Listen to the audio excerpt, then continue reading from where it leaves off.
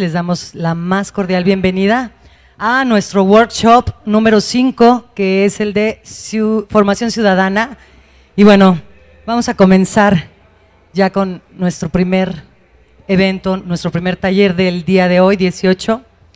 Y fíjense muy bien, tenemos aquí a una doctora en educación por la Universidad de Buenos Aires, máster en Ciencias Sociales y Educación por la Facultad Latinoamericana de Ciencias Sociales, licenciada y profesora en Ciencias de la Educación por la Universidad de Buenos Aires y en la Universidad Nacional de La Plata.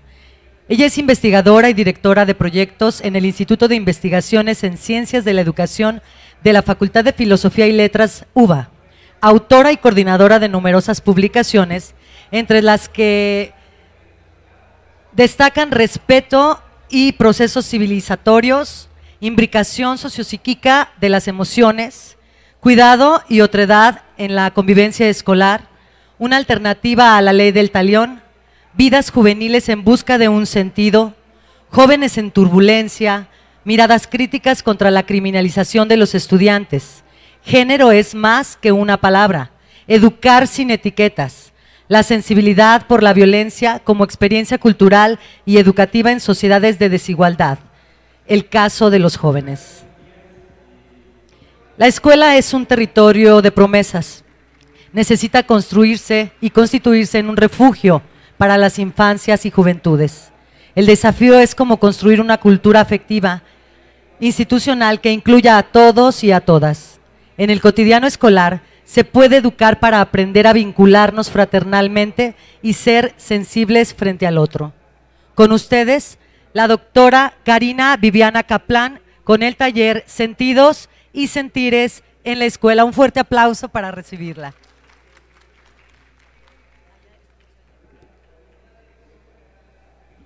Gracias. Buenos días a todos y a todas. ¿Logran escucharme bien? Bueno, sí, hay un poco de ruido, pero nos vamos a concentrar.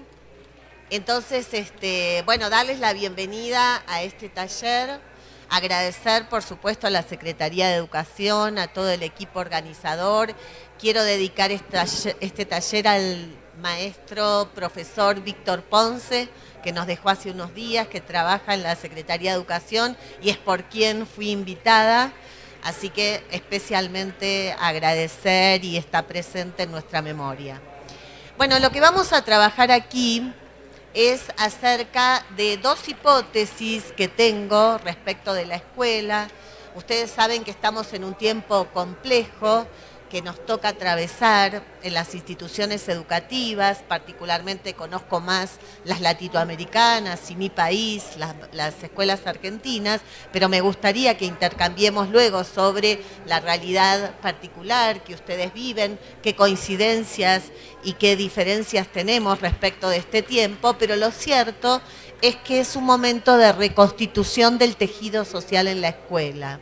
Y entonces la pregunta es cómo construir y reconstituir trama afectiva en la escuela, cómo lograr que podamos alcanzar una cultura afectiva de reciprocidad, de respeto mutuo.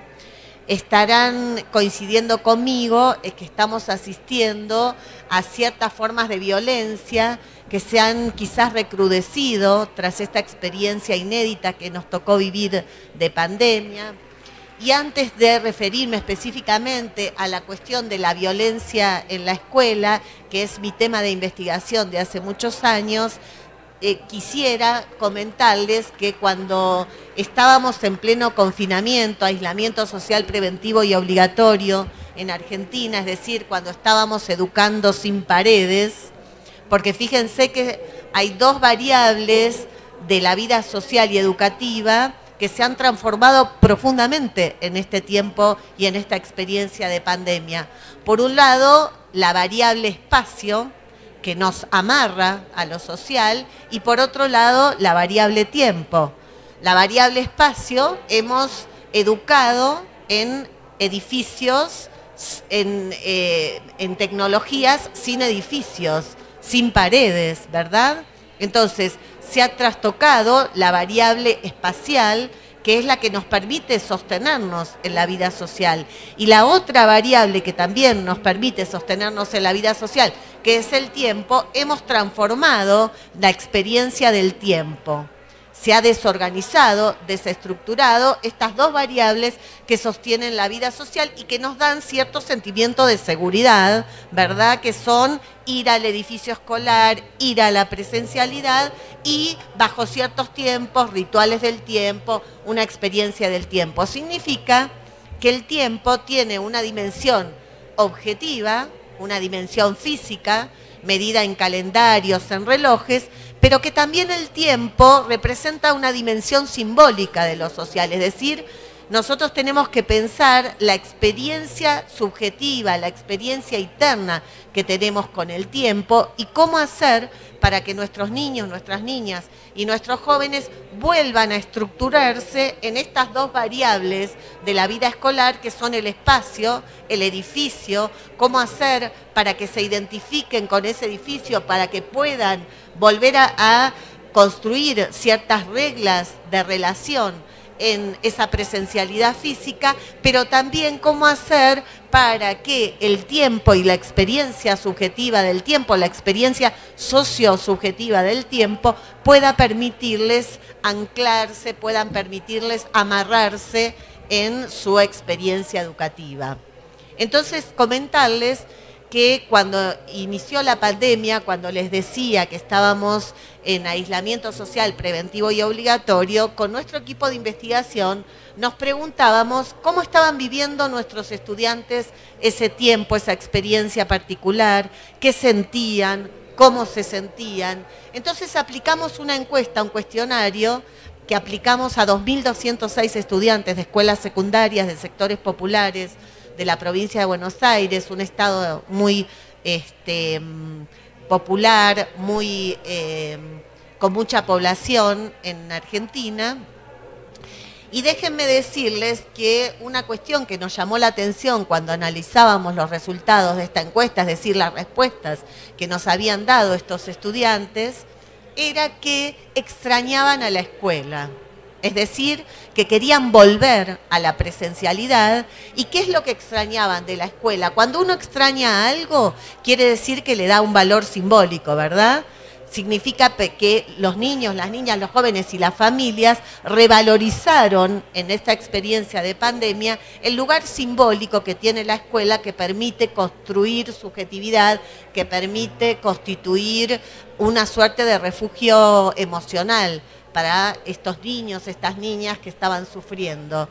Entonces nos decían que extrañaban la escuela y particularmente extrañaban el vínculo con sus compañeros, con sus compañeras, es decir, con sus pares generacionales, y también extrañaban el vínculo con los adultos significativos de la escuela, los maestros, los profesores, los directivos, los equipos psicológicos, nosotros tenemos una figura de tutores que son los preceptores, por ejemplo, en la escuela secundaria, que están muy cercanos al acompañamiento de las trayectorias educativas. Es decir, los jóvenes nos decían que extrañaban el contacto con estas formas físicas, presenciales, de socialización con otros. Quiere decir que la escuela es un lugar para estar en compañía de otros, que en principio son extraños a mí, pero que luego se pueden transformar en un prójimo, en alguien cercano desde el punto de vista afectivo. Y déjenme decirles también que me había llamado la atención, y nos había llamado la atención a nuestro equipo de investigación, que uno de los sentimientos que expresaban, que habían tenido, que en ese momento tenían las y los estudiantes, era el sentimiento de soledad. A mí me parece interesante entonces hacernos dos preguntas en relación a dos hipótesis que quiero ayudar a pensar, ayudarnos a pensar y pensar junto a ustedes en esta mañana. La primera hipótesis es que la escuela es una institución que puede funcionar como refugio simbólico para las infancias y juventudes y que entonces puede ayudar a curar las heridas sociales. Entonces quisiera conversar con ustedes esta mañana acerca de cuáles son las heridas sociales que traen los niños, las niñas y los jóvenes a las escuelas tras una pandemia que, insisto, necesita trabajarse en función de los efectos sociopsíquicos de esa experiencia traumática. Y la segunda hipótesis, junto con que la escuela es una institución que tiene valor simbólico en la constitución de subjetividad y que puede ayudar a reparar las heridas sociales, la segunda hipótesis a la que me voy a referir es acerca de que la violencia en la escuela es una expresión del dolor social. Significa que cuando nos vamos a adentrar en la dimensión de la conflictividad y las violencias en la escuela, vamos a pensar en cómo sufren los niños, las niñas y los jóvenes en la escuela, cómo se tramita y se elabora ese sufrimiento, qué lugar le damos a las emociones y particularmente a una emotividad vertebradora de nuestro tiempo que es el dolor social. Entonces vamos a pensar acerca del dolor social, vamos a pensar acerca de las emociones. Entonces intentaremos pensar juntos acerca de dos preguntas que surgen de las hipótesis, de estas ideas que comparto con ustedes, que son acerca de la pregunta acerca de cómo hacer para que la escuela no sea una experiencia dolorosa para nadie.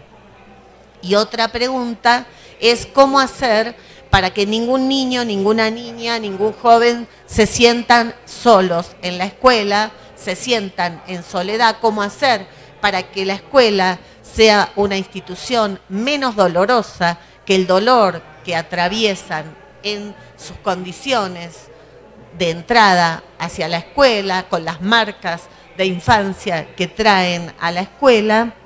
Y entonces nos vamos a detener a pensar acerca de cómo la escuela puede producir, construir huella afectiva. ¿Cómo hacer entonces para que la escuela produzca huella afectiva y no remarque las cicatrices? Es decir, cómo hacer para que el dolor social se pueda elaborar en la escuela, para que estemos en mejores condiciones como educadores y educadores para ayudar a simbolizar ese dolor social que muchas veces ese dolor social nos permite entender por qué las violencias de los niños y los jóvenes en las escuelas.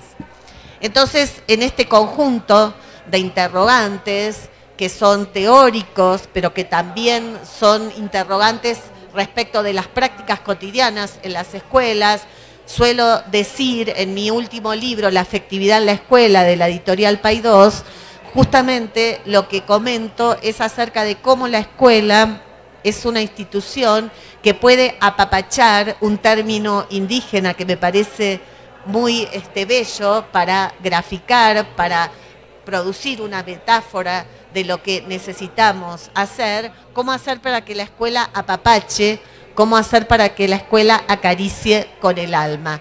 Un término que me parece que nos permite realizar una apuesta, una esperanza respecto de este momento de reconstitución del lazo social en la escuela.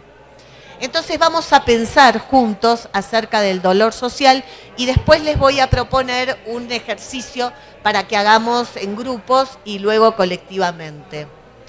En primer lugar, me gustaría distinguir dos tipos de violencias. ¿Me están escuchando bien, verdad? Yo voy a tomar un poquito de agua, si me permite.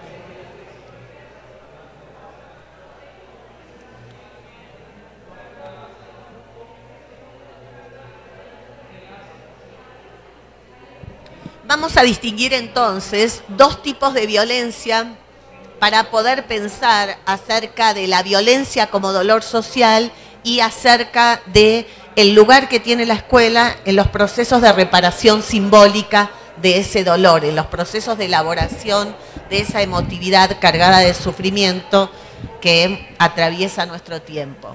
Entonces, por un lado, pensar la violencia física. Cuando uno en general piensa la violencia, lo hace desde la violencia física, ¿verdad? Esta idea de pegarle al otro, violentar el cuerpo del otro. Y déjenme decirles que en realidad, esa forma de violencia no siempre fue nominada como tal, no siempre se nominó a ese ejercicio de violencia contra el cuerpo del otro como tal. ¿Por qué digo esto?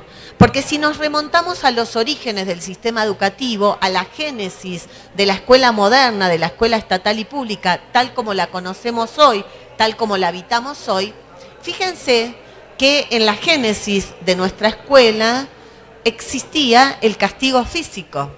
Significa que el castigo físico era una práctica considerada pedagógica y el maestro tenía la facultad y hasta el deber, casi la obligación de azotar a los niños porque eso se consideraba enmendativo, se consideraba pedagógico. Había que encauzar los cuerpos de los niños para que puedan disciplinarse y entonces el castigo físico fue inherente a la pedagogía desde sus orígenes.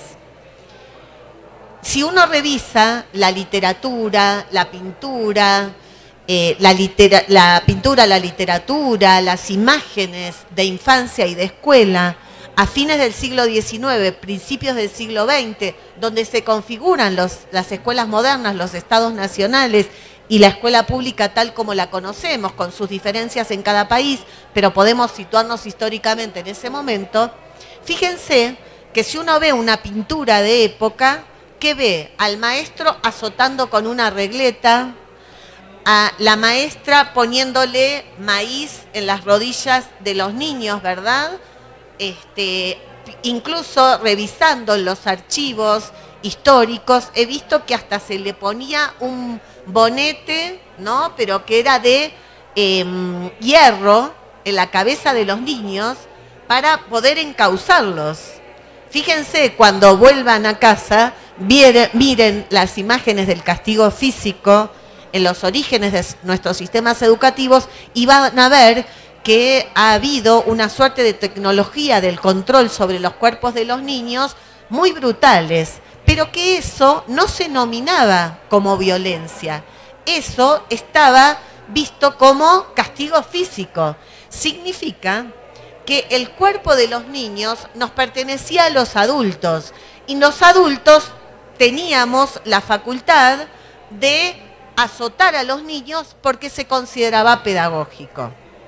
Hemos tardado casi un siglo en nuestras sociedades en decir a los niños no se les pega, a los niños no se los azota, a los niños y a las niñas no se los puede herir ni físicamente, ni corporalmente, ni psíquicamente, ni afectivamente.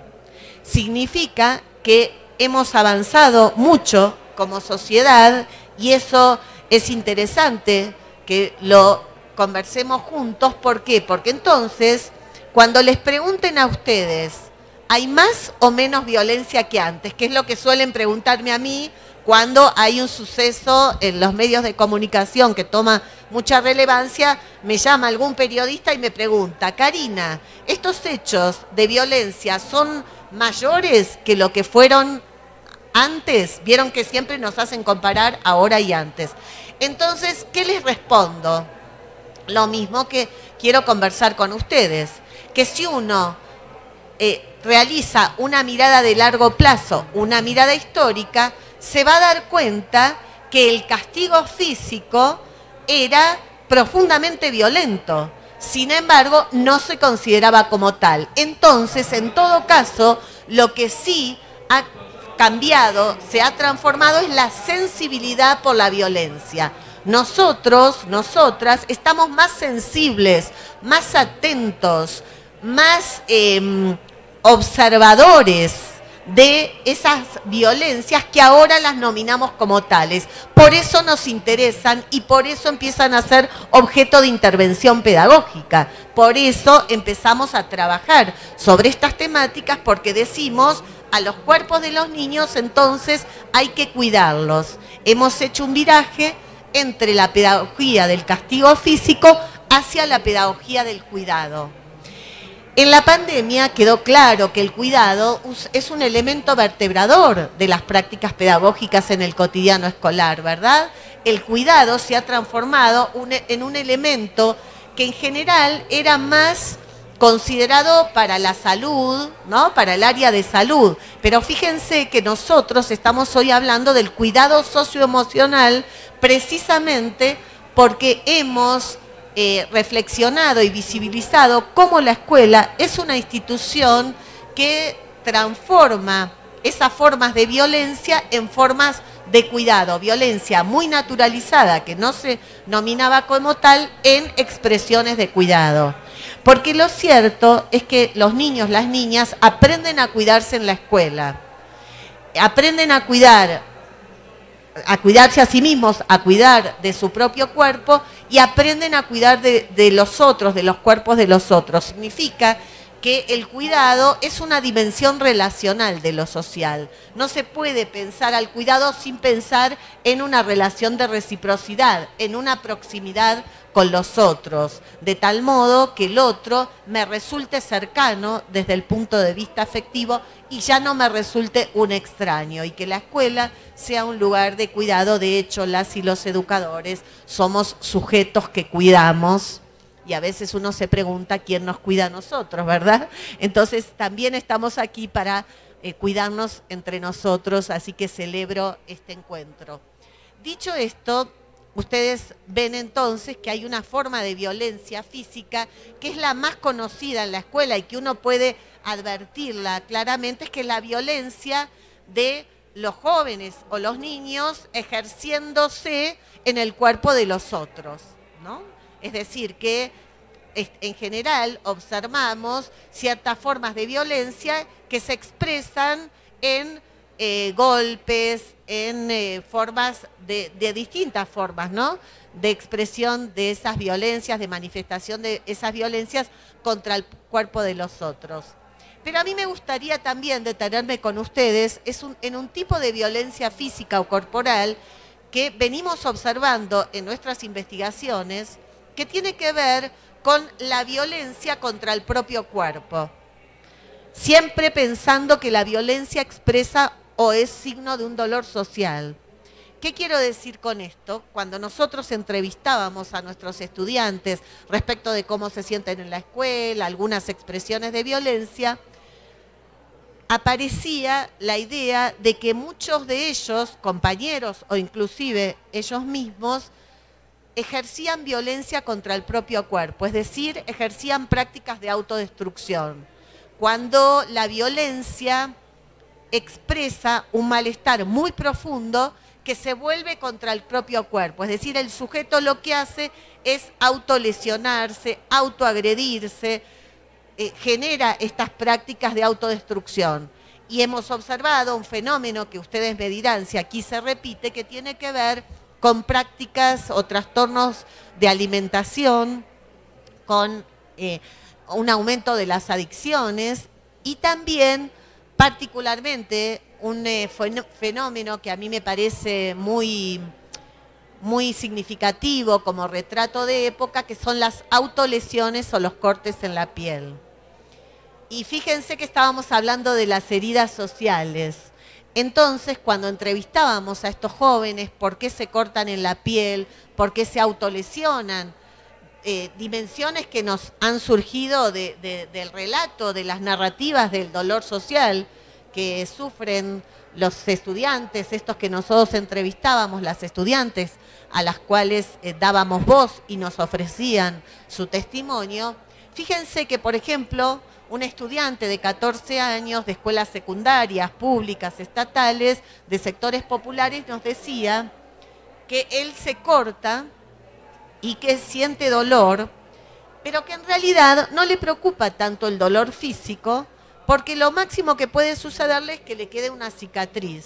Pero esa cicatriz a veces se va o queda minimizada.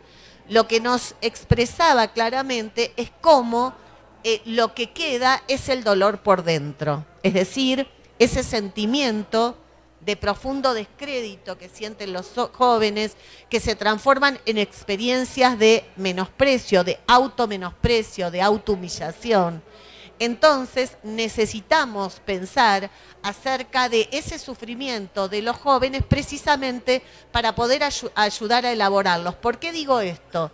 Porque en cada narrativa del dolor social de los jóvenes que se cortan, de los jóvenes que tienen intentos de suicidio, que son en realidad prácticas de autodestrucción que tienen que ver con el roce, con la muerte, pero que en realidad es un grito desesperado por vivir de otra manera. Es decir, lo que están expresando estos jóvenes que no están pudiendo vivir una vida, digamos, con cierta proyección, con mayor niveles de autovalía o autoestima social, entonces recurren a esas formas de violencia contra el propio cuerpo, se autolesionan, tienen intentos de suicidio precisamente para mostrarnos a nosotros como adultos que no la están pasando bien, que están sufriendo, y por eso digo que es una emotividad vertebradora de época, porque en general todas estas temáticas fueron tratadas de un modo muy patologizante, atribuyéndole al sujeto, ¿no?, la responsabilidad de estas prácticas autolesivas. Sin embargo, lo que les estoy diciendo que tiene que ver con signos de época, por eso la violencia es expresión de un dolor social de época. Entonces tenemos por un lado las violencias físicas que, como decíamos, en los orígenes del sistema educativo han sido naturalizadas. Hemos transformado la sensibilidad por la violencia y hoy nominamos a eso como violencia, por lo tanto le prestamos atención y es objeto de intervención pedagógica. La violencia contra los otros, las violencias contra el otro cuerpo, contra el cuerpo propio, y eso serían todas formas de violencia física. Pero hay otras formas de violencia que son o parecen más sutiles, pero que expresan también un dolor social y que reportan un daño sociopsíquico, al igual que las violencias físicas, que son las violencias de tipo simbólica. Por violencia simbólica me refiero a las prácticas de humillación, a las prácticas de falta de respeto, a las burlas, a los apodos, que cuando entrevistamos a nuestros estudiantes, claramente ellos y ellas expresan que estas formas de violencia, que parecen, insisto, más suaves, menos evidentes que las violencias físicas, aunque yo les mostré que la violencia física también puede estar enmascarada, también puede estar naturalizada, entonces estos niños que son burlados, que son humillados, expresan o manifiestan un sentimiento de inferioridad y un sentimiento de vergüenza. Y a mí me parece que son sentimientos muy presentes en las prácticas pedagógicas, sobre todo en la interacción, en los grupos escolares, en las dinámicas de estigmatización, en las dinámicas de discriminación que existen en las escuelas y que producen o generan estas formas de emotividad que no permiten prácticas de reafirmación del sí, que no permiten prácticas de constitución de identidad. ¿Qué quiero decirles con eso? Cuando nosotros estudiamos las prácticas o las dinámicas de estigmatización en la escuela, y nos llamó mucho la atención que se burlaban o tenían apodos o tenían relaciones de humillación, prácticas de humillación, donde uno se cree superior y otro internaliza su inferioridad, aparecía mucho el color de la piel como un, digamos, elemento de discriminación. Cuando me refiero a la estigmatización, pienso en el libro de Goffman, que es un sociólogo que escribió justamente un texto que se denomina, algunos me están haciendo así con la cabeza que lo conocen, pero me quiero detener en el libro de Goffman, que se llama Estigma, y que tiene por subtítulo Una identidad deteriorada. ¿Por qué? Porque Goffman, cuando analiza y produce esta categoría teórica y práctica acerca del estigma, empieza su libro, su ensayo, su argumentación respecto del estigma, con una carta que le escribe una adolescente de 16 años a una suerte de buzón de lectores, a una mujer que por supuesto es anónima y que todos los que escribían eran anónimos, pero Goffman advierte en una carta que le escribe esta joven de 16 años a un buzón de correo, ¿no? Donde las mujeres, sobre todo las adolescentes, expresaban sus mal de amores. Ahora, digamos, estamos repasando y revisando un poco este amor romántico. Sin embargo, en la época en que escribe Goffman era, digamos, en pleno esplendor del amor romántico. De hecho, cuando se enseña en la escuela Romeo y Julieta, se enseña muchas veces reproduciendo ese amor romántico, y a veces le digo a los que enseñan literatura que tengan cuidado con qué se lee en la escuela, no porque no haya que leer Romeo y Julieta de William Shakespeare, sino que hay que darle un sentido para que los jóvenes no internalicen esta idea de que hay que morirse de amor, porque también estamos atravesados por noviazgos violentos, ¿verdad? Entonces, ¿qué se enseña en la escuela? No es solamente un lazo afectivo vincular, ¿no? De abrazar, sino el currículum, las prácticas, los recursos, las herramientas pedagógicas que conduzcan a pensar acerca de las relaciones amorosas, de las relaciones de construcción de reciprocidad con el otro.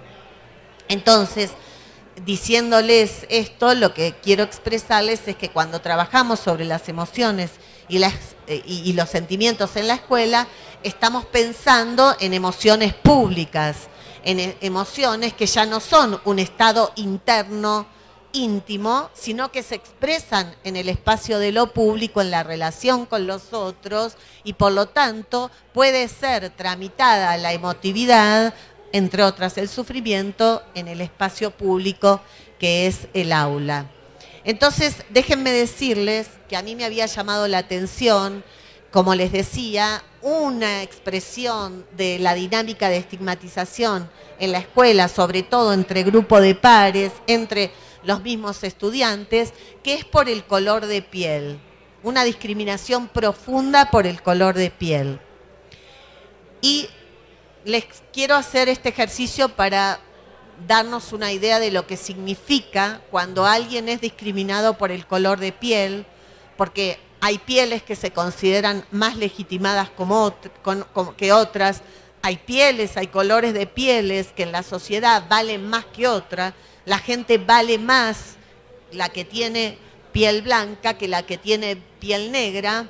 Eso es lo que muestra la sociedad, y entonces los niños van interiorizando un sentimiento de autodesprecio, un sentimiento de autohumillación, un sentimiento de inferioridad, y nosotros en la escuela tenemos que trabajar para reivindicar todas las pieles, para reivindicar todas las condiciones sin distinción, porque una escuela necesita fortalecer a los niños y nunca minimizarlos. Allí donde la sociedad los invisibiliza, los minimiza, la escuela los enaltece, los revaloriza.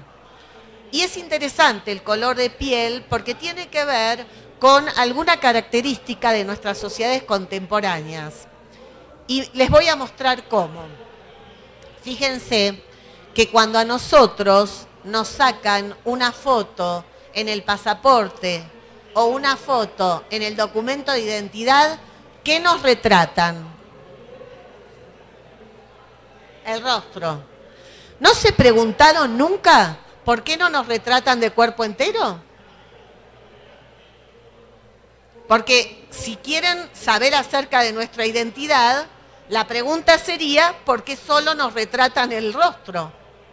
Bueno, David Le Breton, en un libro que se llama Rostros, nos da un principio de respuesta que a mí me parece inquietante por lo menos. Él dice, o por lo menos argumenta, que en las sociedades modernas, las que vivimos, las sociedades contemporáneas, el rostro se ha separado del cuerpo. Y el rostro es el locus de la identidad. Por eso es tan importante trabajar sobre la mirada, porque la mirada se localiza en el rostro. Seguramente ustedes me van a coincidir conmigo que muchas de las peleas que suceden entre los estudiantes tienen que ver con que me miró mal. Me miró mal significa que la mirada es expresión de la identidad del otro. Y entonces la escuela puede dar mirada, pero también puede quitarla. ¿Qué quiero decir con esto? Que es importante educar nuestra mirada hacia los estudiantes para que no les quite más valor de la que tienen. Y también es interesante e importante e imprescindible trabajar sobre la mirada que construyen los compañeros respecto de otros compañeros, para que puedan justamente abordar una mirada o construir, aprender a construir una mirada de reconocimiento del otro. Porque ustedes y yo sabemos, por lo que estamos comentando respecto de los procesos sociales de estigmatización, que son antecedentes a la escuela. Los estigmas son sociales. El tema es que los niños que vienen con esas marcas de estigmatización necesitan sentirse en la escuela más valorizados, enaltecidos, fortalecidos y no reproducir esos estigmas. Entonces es importante trabajar acerca de la sensibilidad por el otro, porque la escuela es una institución que lucha por el reconocimiento social de los niños y las niñas.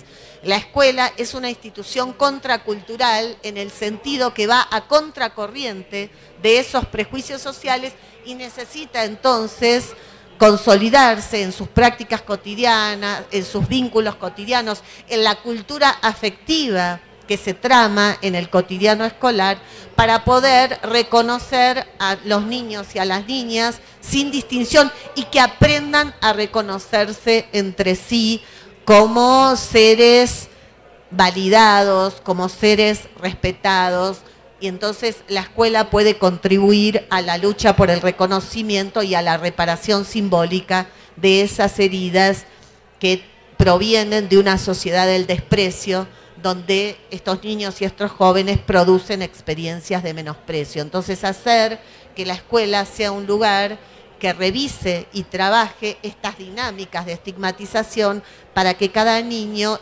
introyecte una idea acerca de sí mismo que sea de mayor valor y de visibilización, de reivindicación de su condición de clase, de su condición de género, de su condición étnica, de su condición de discapacidad, de cualquier otra condición que los caracteriza, para no reproducir la estigmatización que es social. A veces me dicen que soy un poco esperanzada respecto de la escuela en estas temáticas, sin embargo, estoy segura que ahora cuando van a conversar entre ustedes y después vamos a trabajar con nosotros, hay muchas experiencias al interior de las aulas de trabajo con estas formas de reconocimiento para que la escuela pueda enaltecer a los niños, para que pueda ayudar a fabricar una autoestima allí en sociedades donde se los invisibiliza, se los trata con con una mirada inferiorizante. Verán que el sentimiento de inferioridad me preocupa bastante. Cuando el niño cree que no puede, no va a poder. Cuando el maestro le dice al niño que va a poder, ese niño va a poder. Entonces la confianza es un elemento vertebrador de las relaciones pedagógicas, de las prácticas pedagógicas. Entonces me gustaría, en este segundo momento, que nos podamos juntar en grupos de a 3 o 4, así como están sentados, bajo 2 consignas. Una primera consigna es que ustedes puedan socializar, compartir una pregunta acerca de cuáles son las heridas sociales que traen nuestros niños, nuestras niñas, nuestras jóvenes a la escuela. Es decir, cuáles son las heridas sociales que ustedes identifican en el cotidiano escolar, en el trabajo, en las escuelas, que traen como marcas de origen, entendiendo que la escuela, ¿no?, es una institución que puede ayudar a reparar esas heridas.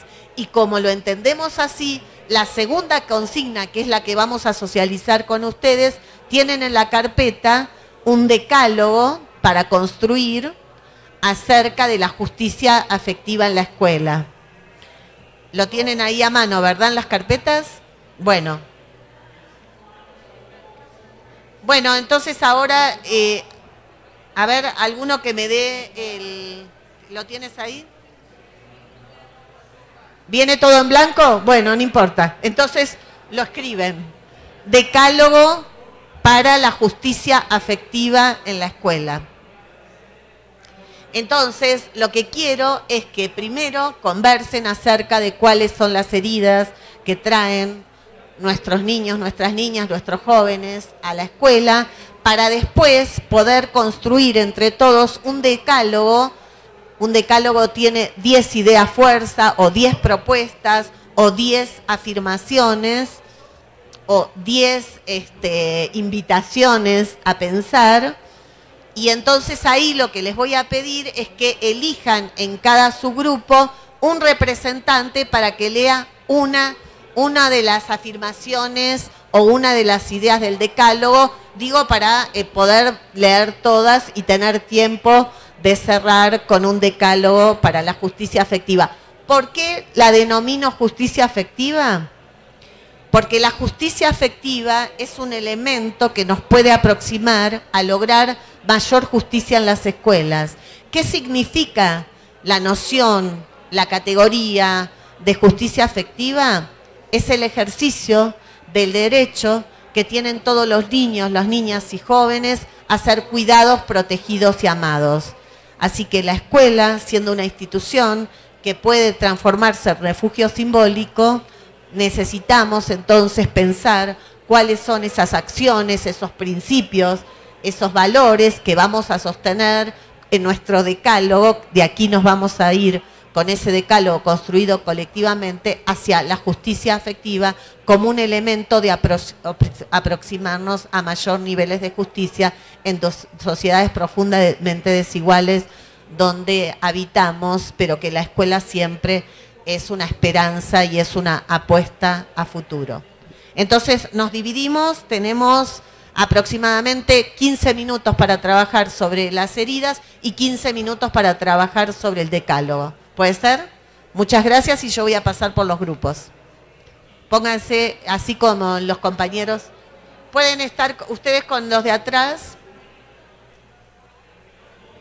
Siéntanse cómodos y se pueden distribuir, si es que se escuchan, ¿no? Porque aquí el problema es ese.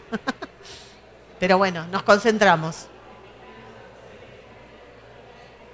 Entonces, cada uno que pasa, por favor, que diga su nombre, dónde trabaja, cuál es el elemento del decálogo que eligieron compartirnos y alguna fundamentación, ¿ok? De lo que estuvieron conversando. Bueno, vamos. ¿Empezamos? ¿Estamos? Después voy llamando de a uno.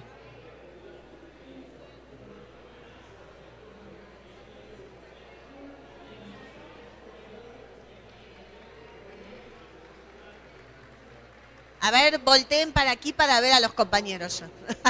Siguen conversando. Vamos.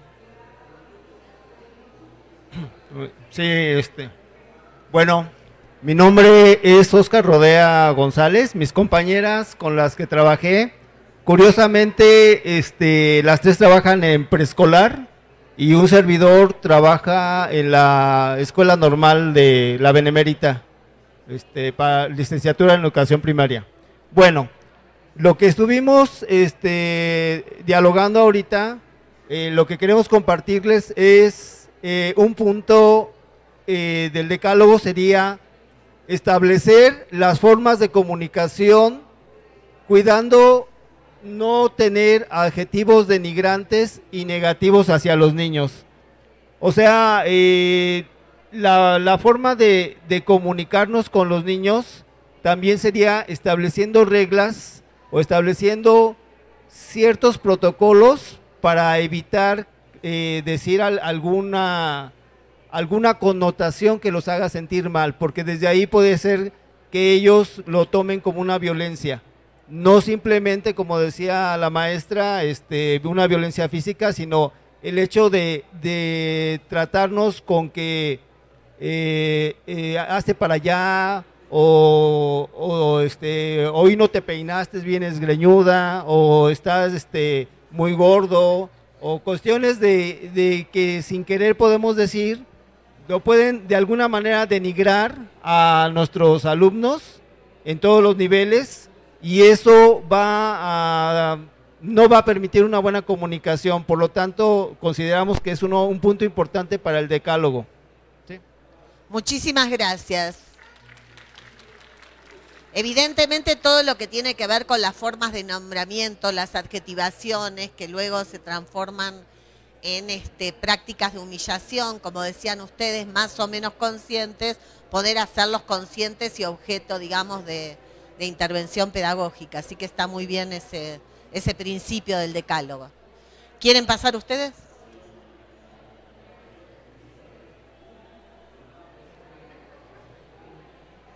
Acuérdate de presentarte. Ay, no, yo soy chiquita. Bueno, buenos días. Eso está muy grandote. ¿Cómo se baja? ¿Quieres esto? No, déjenme nomás le bajo poquito, es que no.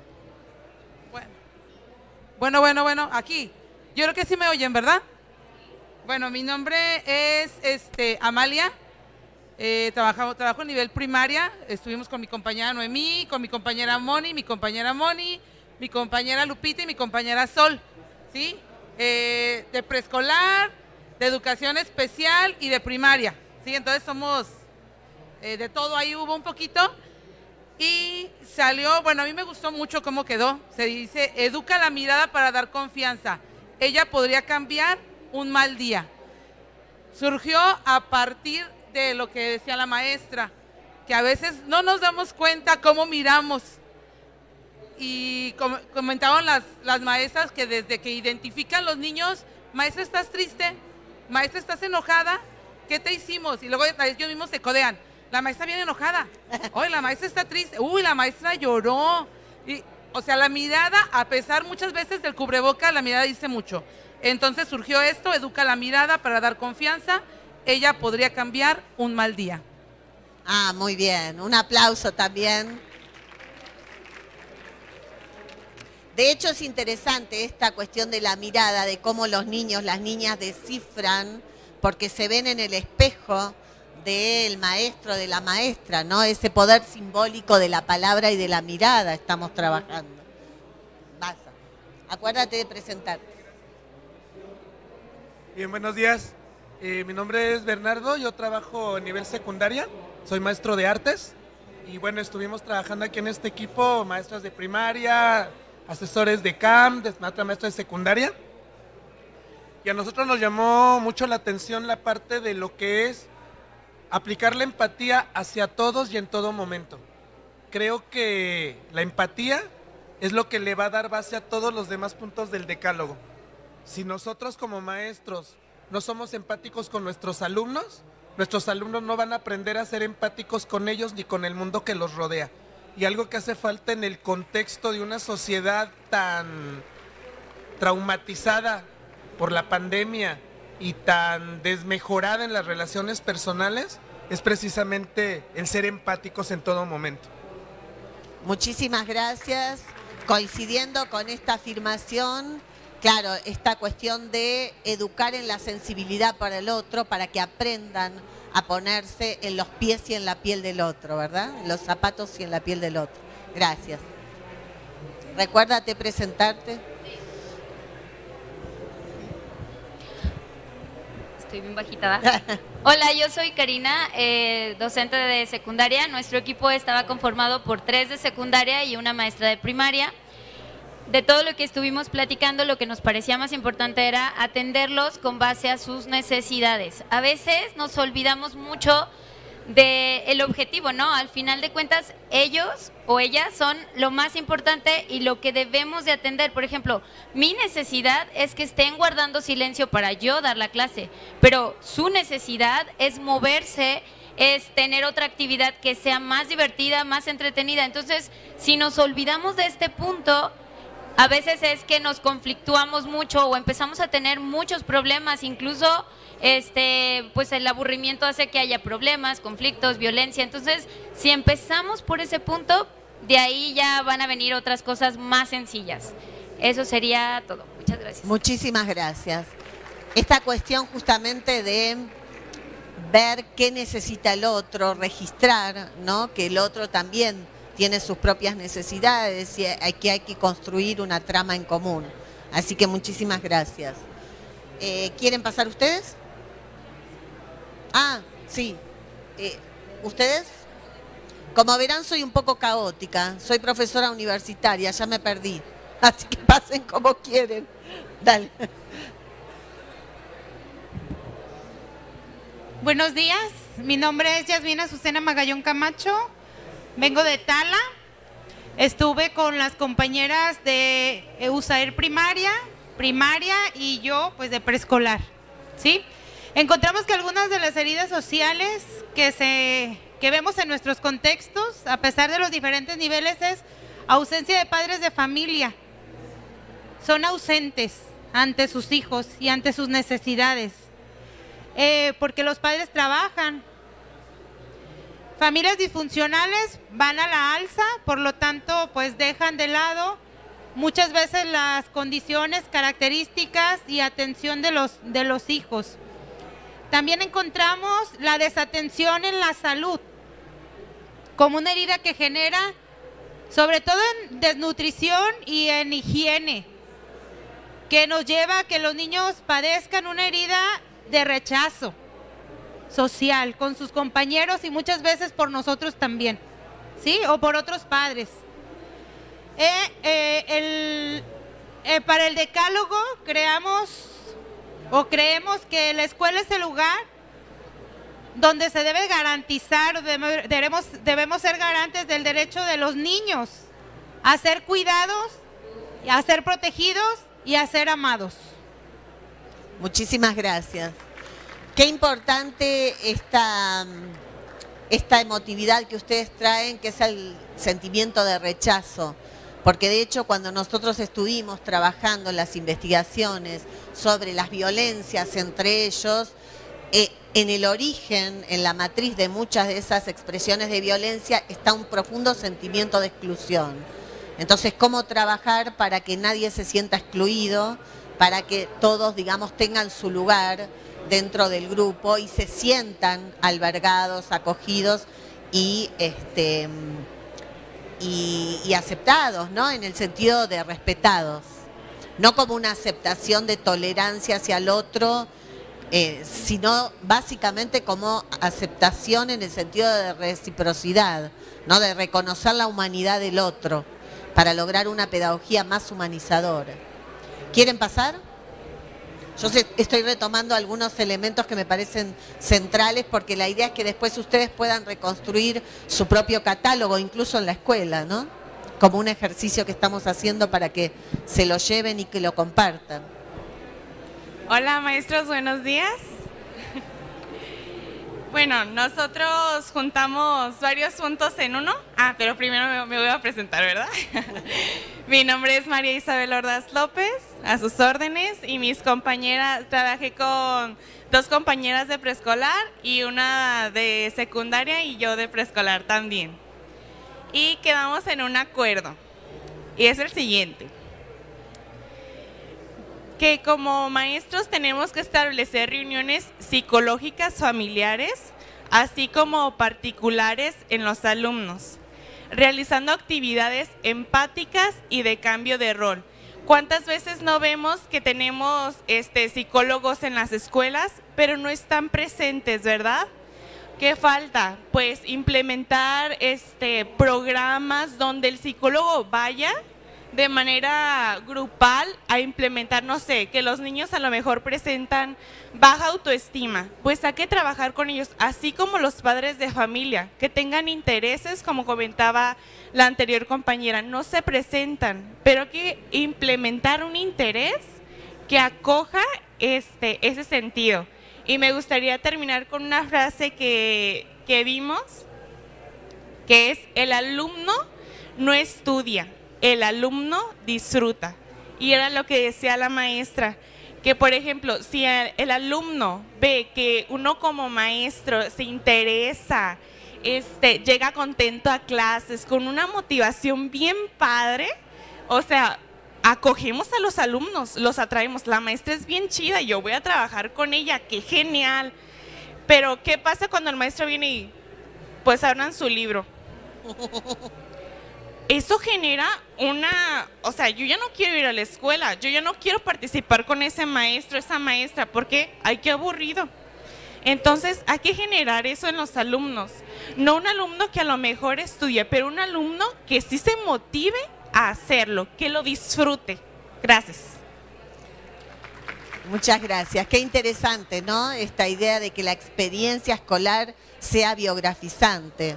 Ayer en mi conferencia en relación a este punto comentaba, ustedes saben que Albert Camus recibió el Premio Nobel de Literatura y proviene de una familia muy humilde.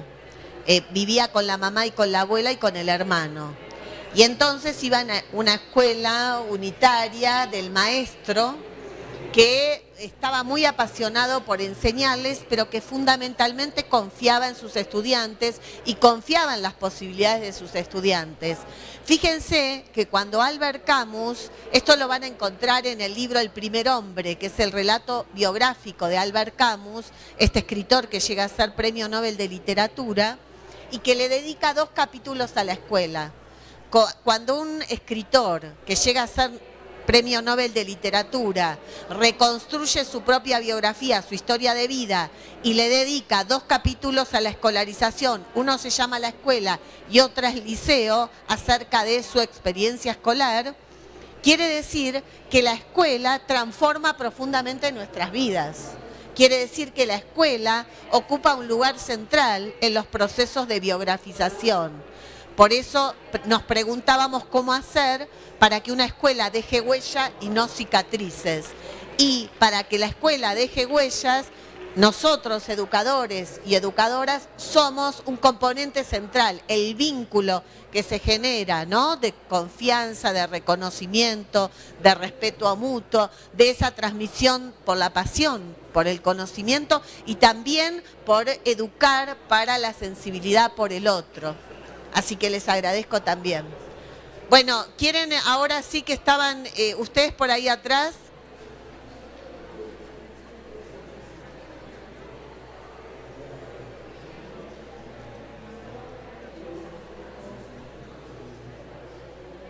Recuérdate presentarte. ¿Mande?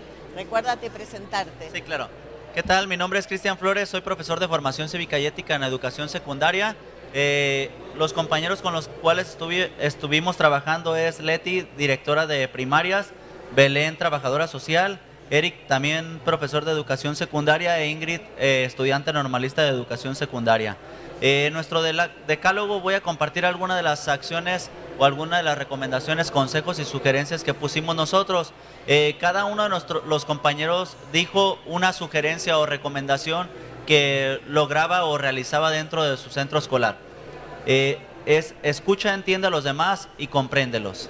Es decir, en todo proceso, antes de juzgar, es necesario escuchar, ponerte o tener empatía, como lo comentaron, para poder comprender a los demás. Trata como quieres que te traten, es una frase bastante común en educación primaria.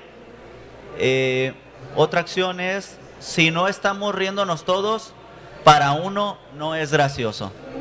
Es decir, así comienza la discriminación. Es posible que para uno no sea gracioso, entonces hay que evitar u omitir ese tipo de bromas. Comprende que la otra persona tiene emociones y sentimientos al igual que los demás. Y por último, que las posibilidades y privilegios que tú tienes no impidan validar y comprender los sentimientos de los demás.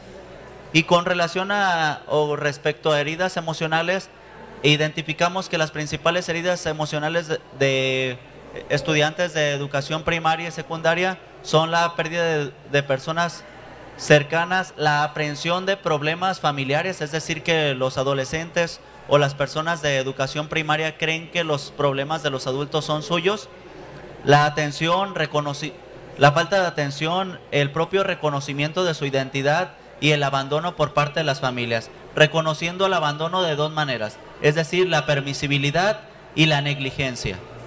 Y por último, identificamos que también parte de las problemáticas o parte de las heridas emocionales en especial de los adolescentes, es el exceso de problemas sociales y ambientales o naturales por parte del contexto, ya que es una persona que se involucra en el entorno social. Entonces, como tiene mayor participación en el entorno social, cada una de las problemáticas que existen aquí repercuten en la formación de su identidad. Es todo por nuestra parte, muchas gracias.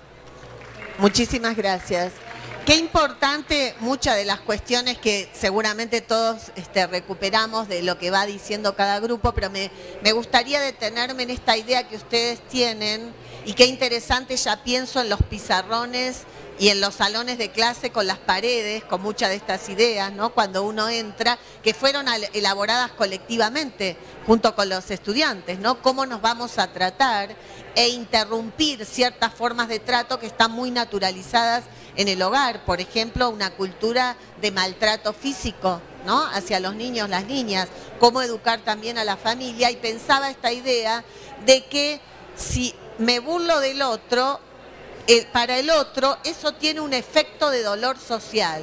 Es decir, nos reímos todos, pero nos reímos de alguien en vez de con alguien. No es lo mismo reírse juntos que reírse de alguien. Entonces, pensar este efecto de humillación, efecto de dolor social que tienen estas formas de violencia simbólica, que parecen más naturalizadas, que parecen más habituales y por lo tanto menos significativas. Sin embargo, como dicen los compañeros y las compañeras, tienen un profundo efecto de constitución psíquica de una autoestima muy devaluada, ¿verdad? Así que nos faltan, ¿ustedes quieren venir? Dale. Usted, pero ya está acá, vamos. Y ustedes después. Bueno, dale, vamos, pasen. El último tiene que ser el mejor, así que elijan ustedes. Buenos días, mi nombre es Stephanie Ramírez, trabajo en preescolar y en mi equipo estuvimos de los niveles de preescolar, primaria, secundaria y educación especial, entonces fue muy variado y muy enriquecedor. Y bueno, las heridas que encontramos pues ya se han mencionado, son heridas profundas, heridas sociales que pues aunque no están todas en nuestras manos, lo que sí podemos hacer lo tratamos de englobar en esta frase.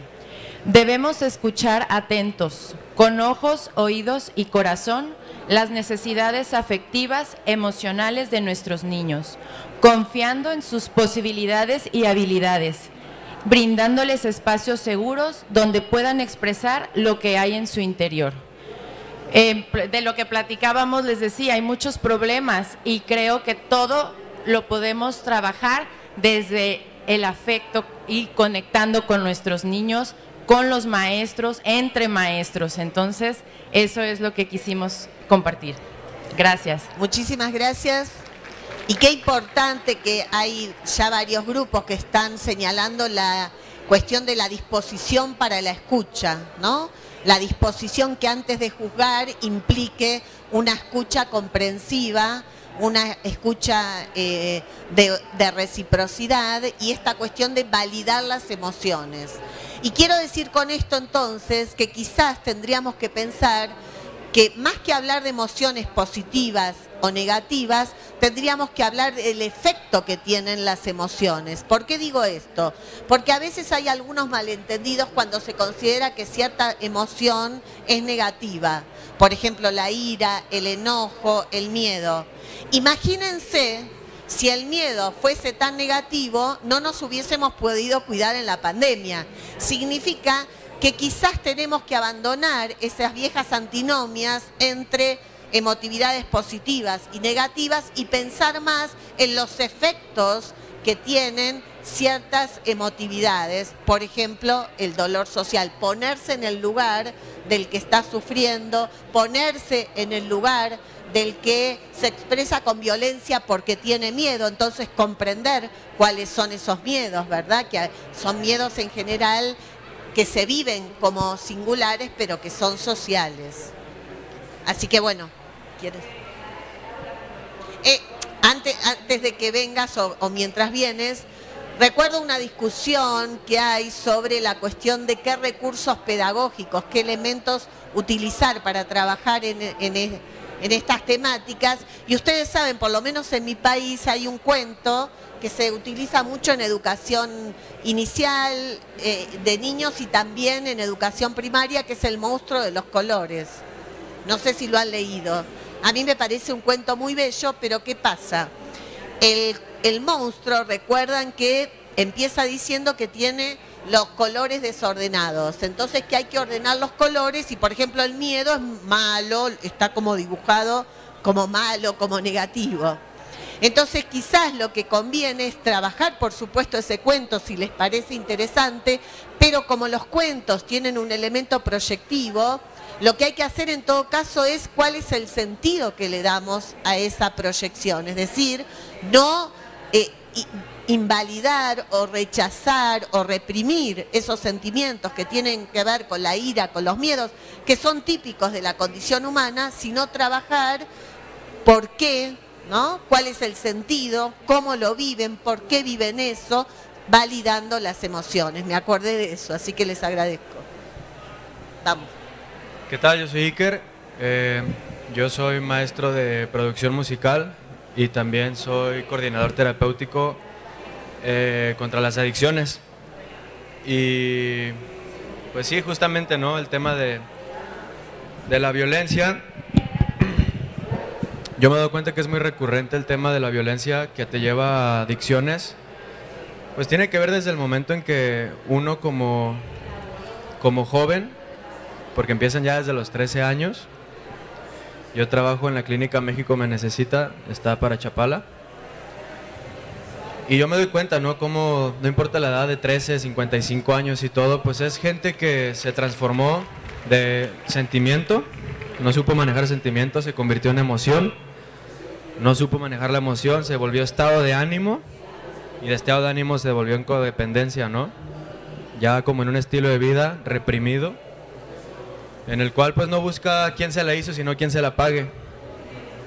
Casi siempre pues paga la mamá, paga el hermano, paga el vecino, paga el peatón.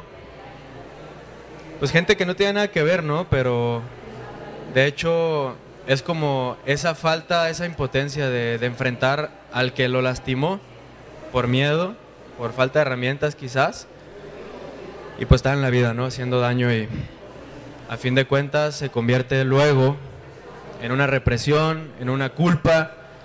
Todos están todos desbalanceados, ya tienen así meses, días, años y al final pues terminan fumando cristal o alguna droga fuerte. Es que los lleva a la muerte, al manicomio, a la cárcel, pagando sentencias de 20, 25 años, porque alguien lo vio feo en la escuela, ¿no? Y nunca nadie lo apoyó, nunca nadie lo escuchó. No es culpa de los maestros, es culpa de sus papás, la verdad. Pero viene de ahí. Y es todo. Gracias. Y qué importante esta idea de que la violencia como dolor social, detrás de toda forma de violencia hay alguien que sufre, ¿verdad? Hay una persona que está sufriendo, me parece importante. ¿Ustedes todavía faltaban? Ah, espera, dale. Después abrimos unos minutos a la conversación.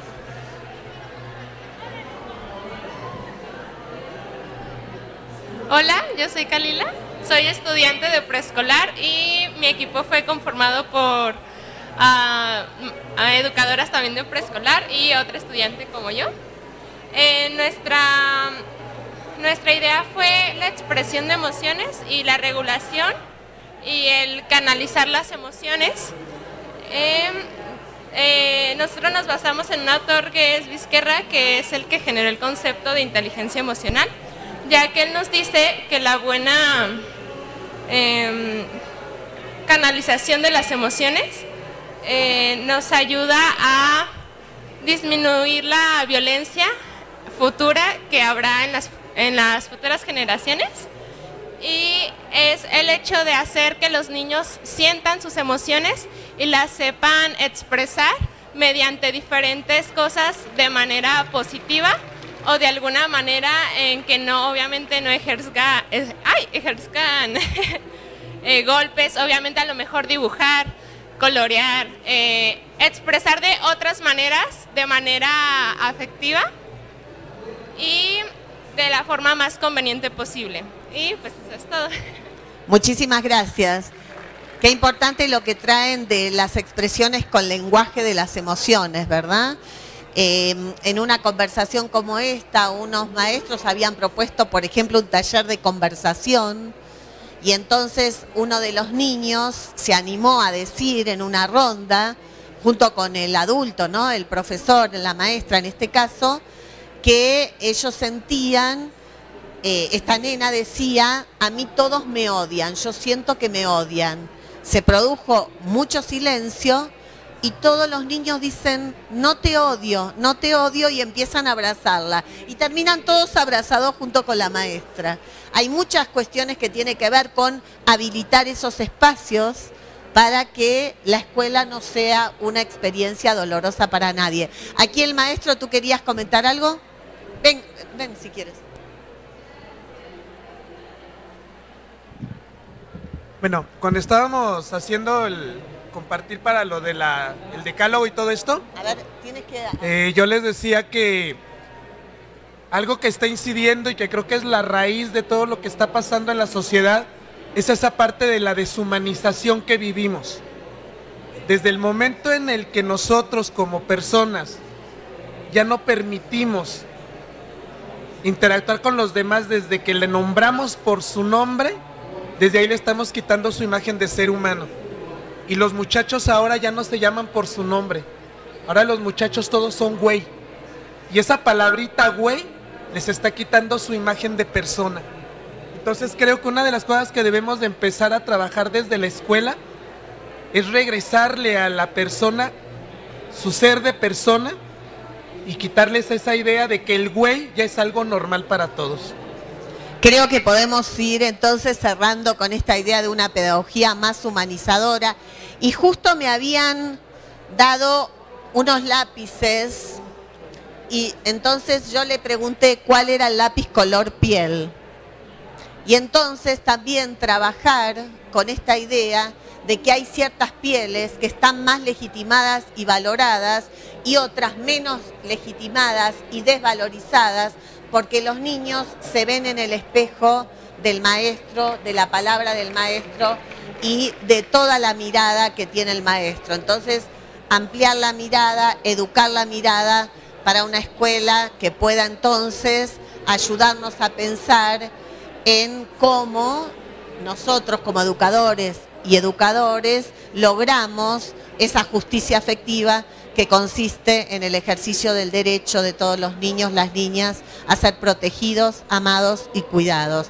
La mirada amorosa es central, la mirada de confianza es central. Así que les agradezco muchísimo ese espacio, he aprendido, la verdad que fue una mañana maravillosa y como hicimos ayer, les pido si nos sacamos una selfie para que nos quede de recuerdo. Vénganse para aquí.